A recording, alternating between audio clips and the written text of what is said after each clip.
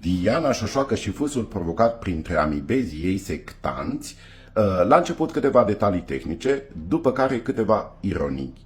Începem cu detaliile tehnice, urmăriți până la capăt. Iată un document oficial, nu? În care este stipulat Leonid Slutsky, președintele Comisiei pentru Afacerile Internaționale ale Dumei de Stat, și în dreapta Fernand Kartheiser, membru delegat al Parlamentului Uniunii Europene, un luxemburghez. Madame Șoșoacă este scrisă cu pixul. Adică e scrisul ei, că îl cunosc. Ea s-a scris cu pixul, pentru că nu a venit domnul Kartheiser. Și așa a ajuns ea acolo, adusă de către prietenii ei evrei cazari pe care îi înjură de mama focului. Acesta este Ilan Shor, nimeni altul decât cel care a furat 1 miliard de euro din vistieria Basarabiei cu ani în urmă. Ilan Shor râde cu gura până la urechi cu el. Ăslaltul e tata lui Elon Musk, cu care râde de asemenea și el face, pentru că pentru amibezii ei, wow, e ceva. Dar pentru cei care cască ochii, îi pe față. Ea râde și se îmbrățișează cu cazarii pe care teoretic îi urăște visceral. Așa a dus în derizoriu în 2024 chestiunea cu evrei, știți, pe 14 mai. Da, pentru că ea provoacă. Ea te provoacă pe tine ca tu să zici rău de ei și ea după aceea ea-i basna curată că nu pățește nimic. Care susținerea ăstora? Spunea odată un prieten de-al meu, nu-i dau numele acum, prieten pe aici, așa, spunea bunica sa, pardon, este îngropată în Israel. Ea este dintr-o caracatiță din această cazară. Bun, de asta mama ei este mason. Frate, ieși și spune că mama ta nu este mason când doar la televizor a apărut. Că suntem la televizor, cum spunea aia. Bun. Apropo, Madame Șoșoacă, dar de ce gâfâiai așa de tare când ai luat microfonul? Te-au confundat ăștia cu un animal domestic și te-au fugărit și gâfâiai și după aceea și-au dat seama că ești o formă de viață și te-au lăsat în pace. Și Mr. President, I am Diana. De ce spui Diana? Și eu nu știu Diana și spun Diana. Nu ai spus Diana, deși Diana. Asta așa ca observație. Noi nu iubim, noi Putin nici nu știa că noi detestăm pe ucraineni. Majoritatea, nu, trebuie să te duci mata. Nu ai spus nici acolo. Mata te-ai dus pentru campanie electorală, că ești în campanie electorală din 2020, fără de sfârșit. Și pentru 5%, ca să ai subvenții în continuare. Putin управляется из Брюсселя. И я... era plictisit, bre, când faci gest. Numai chef n-avea să te asculte. Dar în mintea Matali și în mintea sectanților avea chef. Și acum, chestiile ironice. Ei dus și o leacă de colivă de la Plăviceni, ambalată frumos, așa, scărchinată.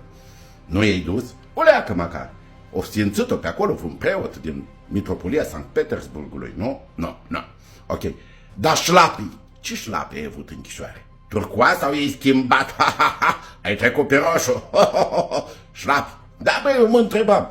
Da, ai stat pe scaun mult. Mata când te-ai spălat de colivă, ți-a intrat fusta între bucalete.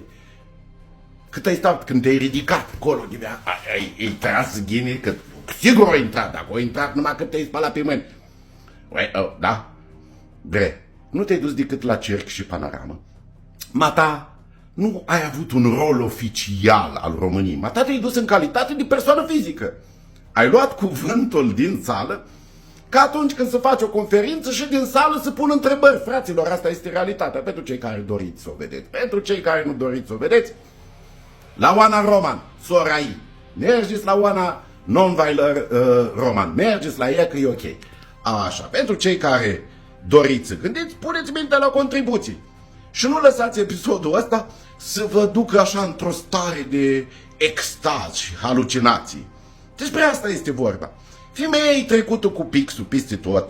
Așa, Kartheiser, luxemburghezul, nu ea are treabă cu dialogul între Parlamentul Uniunii Europene și Duma de Stat. Asta ca să fim înțeleși, prietenii i-am văzut, mai mult decât atâta.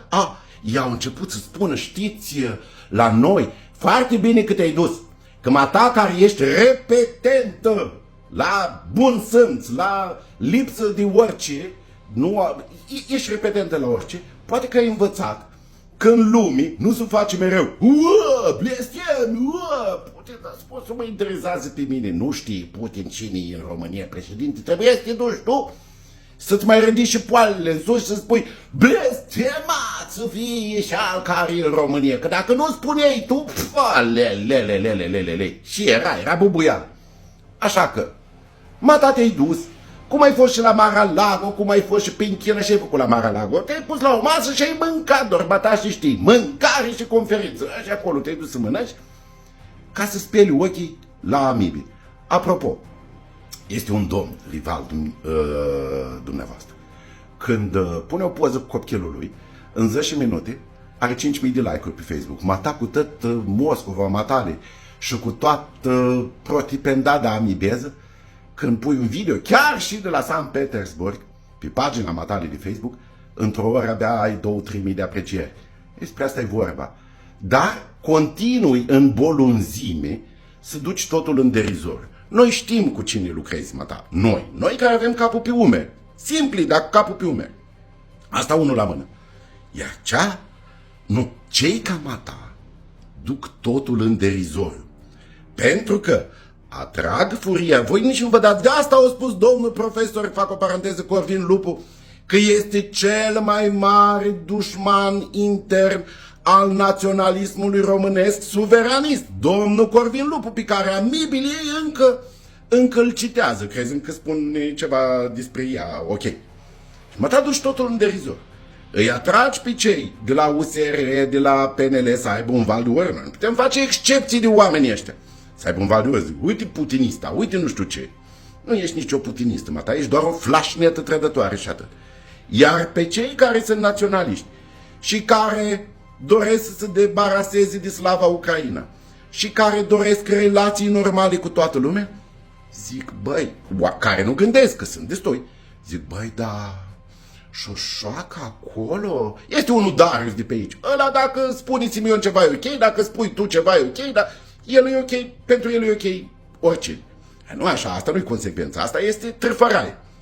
Prin urmare, tu duci în derizoriu totul, pentru că misiunea ta este să duci în derizoriu tot ceea ce se întâmplă în România.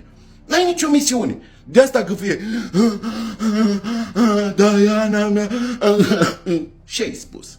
Dar ai stat la o masă ca lumea să ai tratative. Nu, fetiță, că așa sunt relațiile diplomatice. Eu când m-am văzut cu regina Belgii, m-am dus la el la palace, am stat la masă, că am dat mâna cu ea și în public e partea a doua. Dar acolo am stat de vorbă, la un șai am vorbit, am spus că am fost un copil amărât, de 7 copii la părinți, am vorbit una altă, despre istorie, despre aia. Asta înseamnă, tu te-ai ridicat o persoană din public la o emisiune televizată care pune o întrebare, ca la o conferință la care se duce părintele Damaschin și se ridică cineva și pune o întrebare. Asta ai făcut tu, rest nimic. Pentru amibile sectante și împuțite. Apropo, rapoarte peste rapoarte. Ți-am zis, strângi banii și dă la necăjoți. Cu oricâte rapoarte ne-ai da, eu fac contestații. Dar asta nu l-a pus înapoi după 13 minute. De sos.